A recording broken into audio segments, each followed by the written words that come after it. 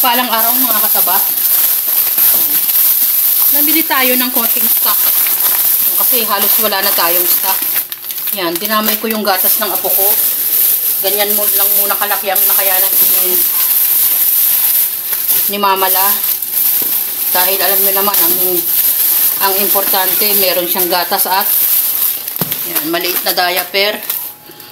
Dinadamay natin sa konting grocery. Noodles. Ayan, mga kailangan sa bahay. Kaya bumibili ako ng ganito mga kataba. Kasi ano yan eh, sulit pack. Sinasalin ko yun sa mga lalagyan namin. Ayan, mga noodles din. Breadcrumbs. Konting noodles lang. Kasi marami kaming mga biyayang natanggap. Cornstarch. Yan, buti nga meron ng stock ng saba eh. Baka naman. No, kasi maganda kasi yung laman ng saba mga kataba.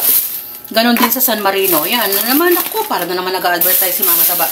Pero, in fairness naman, maayos talaga yung mga yan. Tapos munggo. Maganda rin yung gantong mga kataba. Ganyang karami. Ang ating cheese. Hindi ko nababanggitin yung, mapapansin nyo maliliit lang ang binibili ni Mama Taba.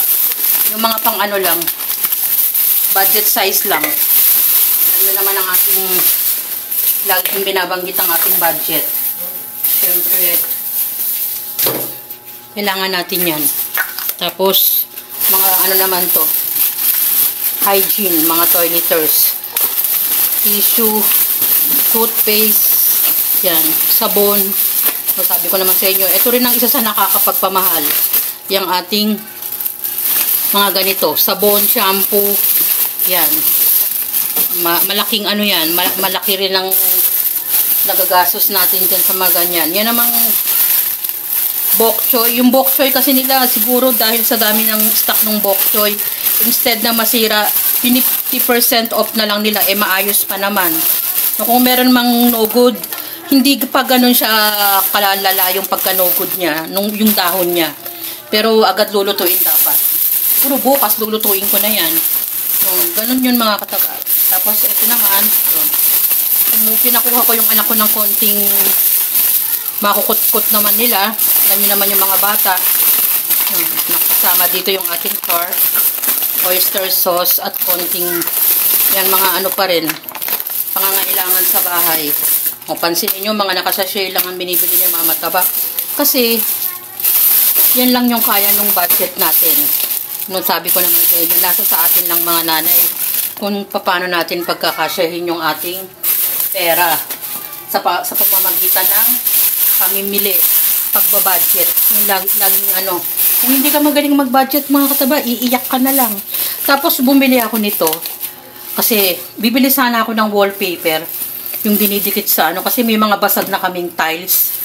Ayan, wise na mama na naman si Mama Taba. Instead na bumili ako noon, ang laki kasi ng difference, pero maganda naman. Ba't naman tayo bibili ng, kung meron tayong maraming budget, yun na yung bibilihin natin. Huwag na tayo magpapakahirap. Kaya ang magiging ano tayo, resourceful. No yan. Lalagyan ko lang ng plastic para hindi masira. Kasi marami kaming double adhesive. No, babalutan ko lang yung mga basag naming tiles. Katulad dito, basag to. Yan o. Yung mga yan o, basag yan mga kataba. Yan, tatakpan ko yung mga basag na yan para naman magandang kaaya-ayang tignan after nyan. Diba? Ganyan yung ginagawa ni Mama Taba. Makakatulong itong plastic na to. Sabi ko nga, maging maabilidad tayong mama para magamit natin. Ay, para naman yung bahay natin kahit na marami nang nasisira o affected na ng pagkaluma, nagagawan pa natin ng paraan. So, yan yung mga pinamili ni Mama Taba na mga ilang araw din yan. Hello, yun, yung apo ko nandun sa labas. Binabati ako. So, yan yung pamimili natin ng kaunti. At mag-ingat kayo lagi. Salamat sa pang-araw-araw na blessing na natatanggap natin sa mga biyaya. Dapat tayo magpasalamat kahit hindi man ganun kaalwan. Ang importante mga kataba, meron. No?